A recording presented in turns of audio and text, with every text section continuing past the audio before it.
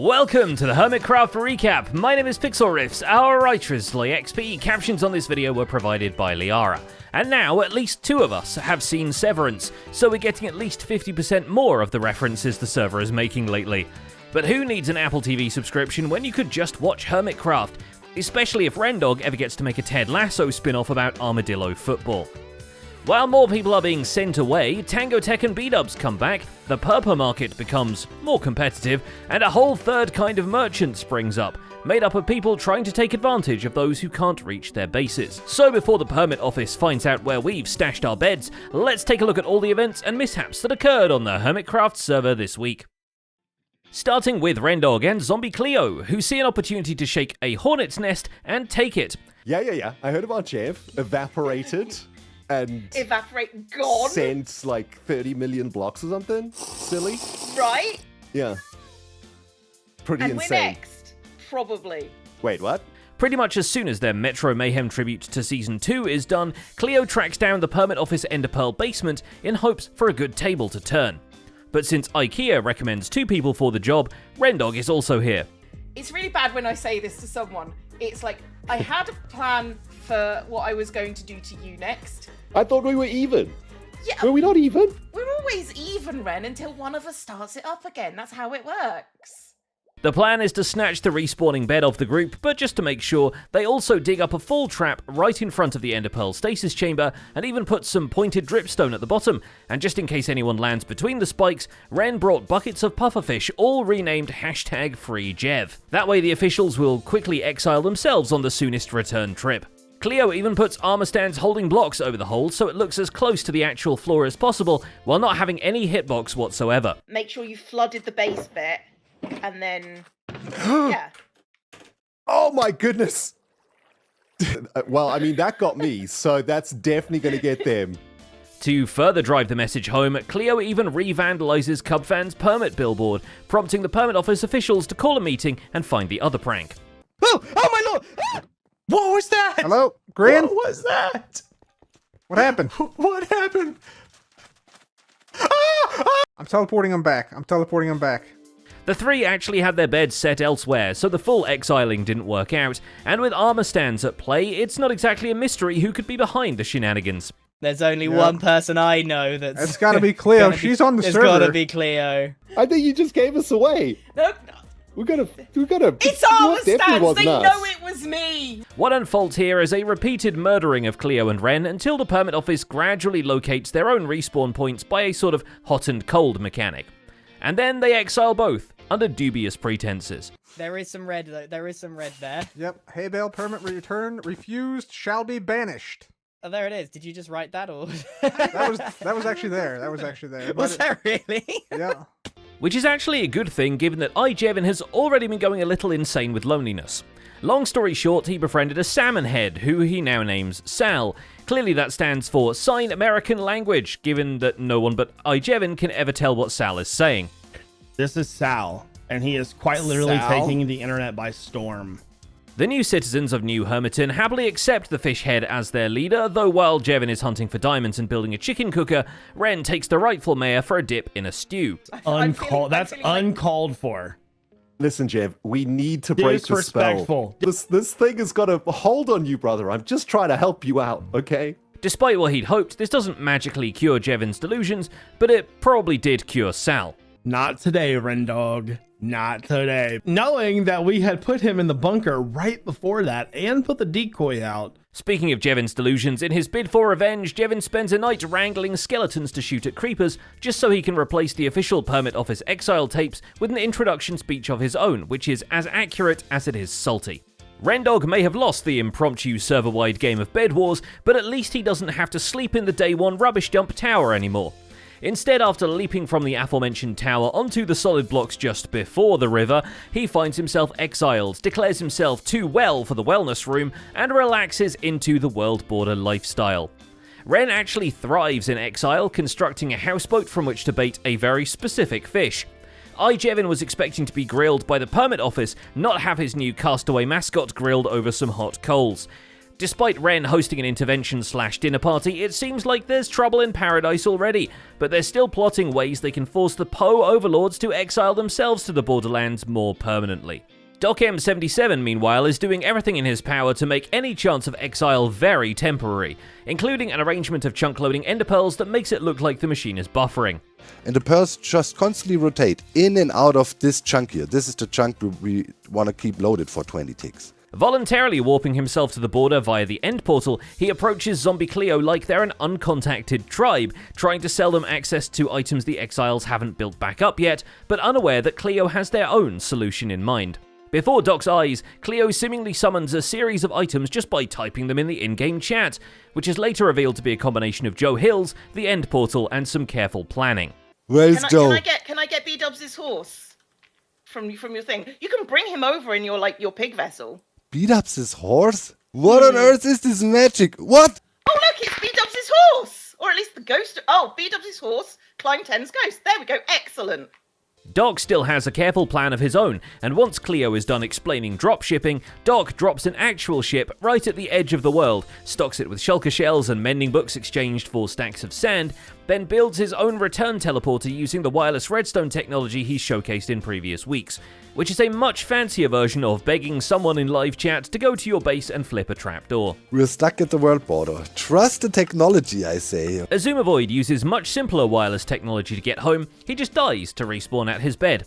Though he too has by now also cracked the way to portal to the new spawn without any repercussions, simply throwing an ender pearl into the return end portal. With his way back in and out now established, X plans to take the hustle even further and build a whole shop for the recently demised.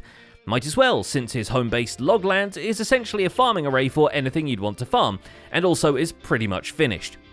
Turns out over the past weeks, Azuma has put the final nail in his crate of redstone, even delivering on the one floating skeleton spawner he had since the start of the season that now just sends bones flying to the bottom of the Loglands crater.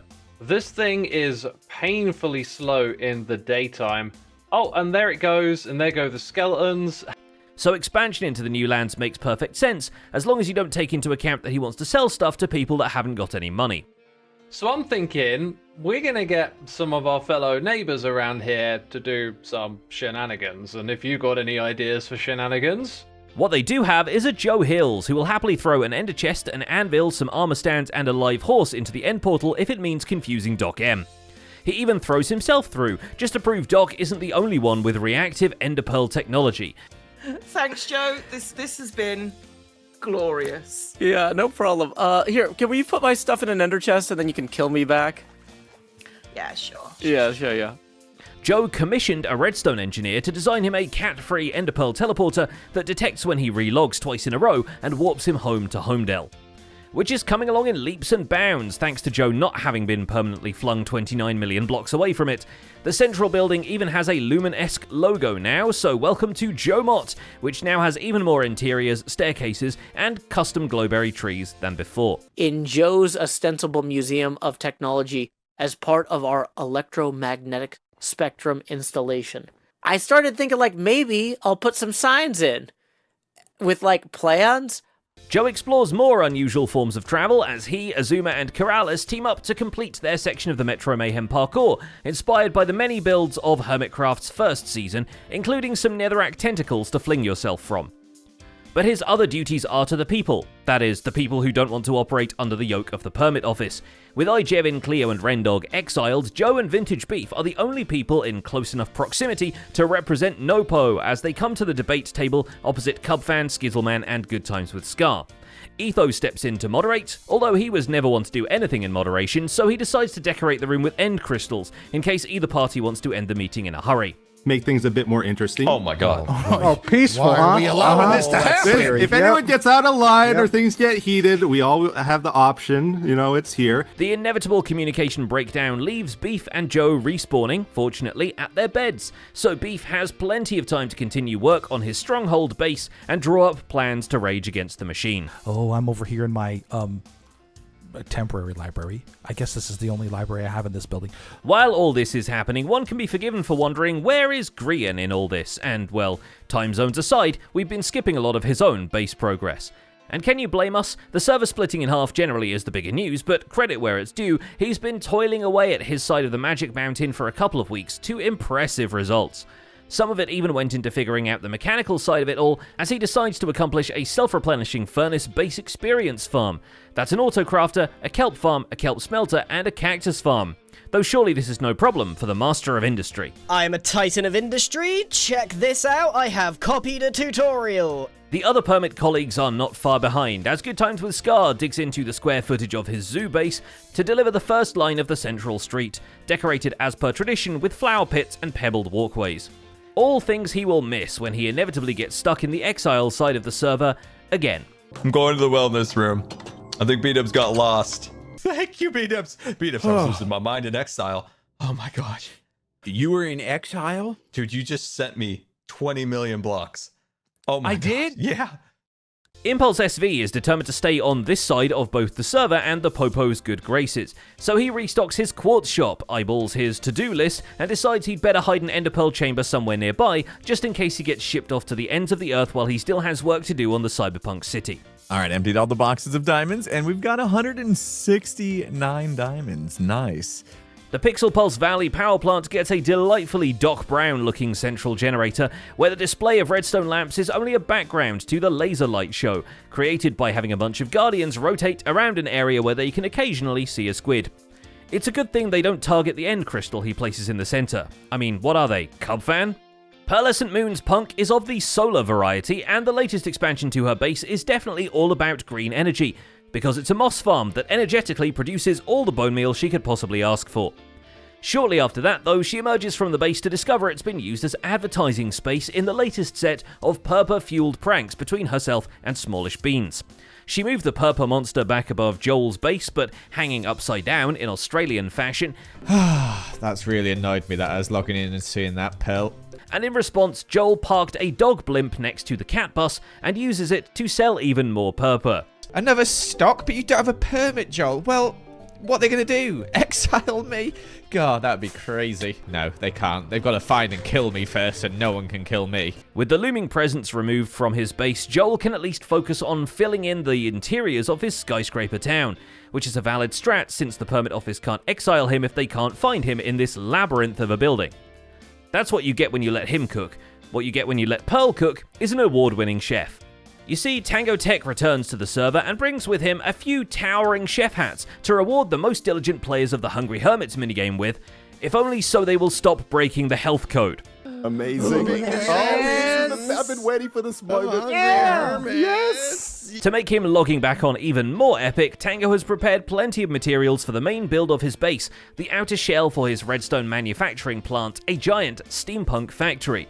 He just needs a resin farm to complete the set, since the Pale Gardens straight up weren't in the game last time we saw him online. It even has a steam engine in it for when you want to drive it places. And yes, the crankshaft is on the wrong side of the cog and will hit the axle if it runs. Maybe that's why it's not actually going anywhere.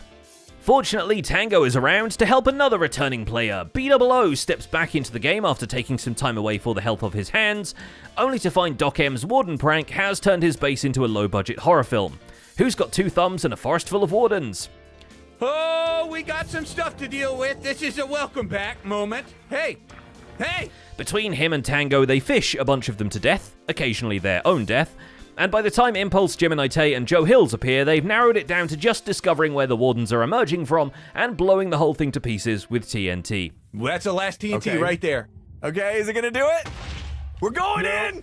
We're going in! He's dead! He's dead! He's dead! dead! Oh, He's dead! He's dead! okay. The day is saved. All right. Well, the movie's ruined, but he's gone, which is good. B-Dubs needs some rest and relaxation afterwards, which is why Good Times with Scar immediately exiles him, so he can experience the wellness center. B-Dubs decides to experience it all at the same time, which isn't the most relaxing thing we've ever heard. Oh no! Let your body relax into the cushions. Oh, now I've done it. But at least once Scar warps him back home, he has a few Christmas gifts to open 11 weeks too late. We also get an unboxing from Etho, who checks his mail and gets to unpack his starter deck for this season's TCG. But he goes straight for the TNT, because his next project is a mountain river travelling past his base, complete with a beaver dam. The mad lad made beavers canon. We got like kind of a beaver thing going on here. I would have to add eyes, maybe with the armor stand mod. After showing off his community's outstanding contributions to the server fan art gallery, rumblings from the permit office convince Etho he should probably do something about his outstanding permits, so he builds a Wither Rose powered ghast farm and sets up his End Crystal shop inside the Popo HQ, on the assumption that Scar still has absolutely no plans to build it an interior. Which might also explain why the permit enforcers are happy to blow up said crystals during the meeting with the Nopo debate team. He would feel compelled to have to finish it if he ever showed it on camera again. So he might leave us. He might leave us alone. XP Crafted only simulates explosives in his underwater trident area, where he's not content just to build some houses in a similar fashion to the naturally generated ocean ruins. He adds a graveyard of sorts with some very bubbly caves, and a sea mine, which could prove deadly if you make contact with its payload of angry pufferfish, which XP Crafted does, briefly, on account of them trying to swim out the top. Ow, son. Yeah, that's what I was worried about. They just like straight out. Nope, nope.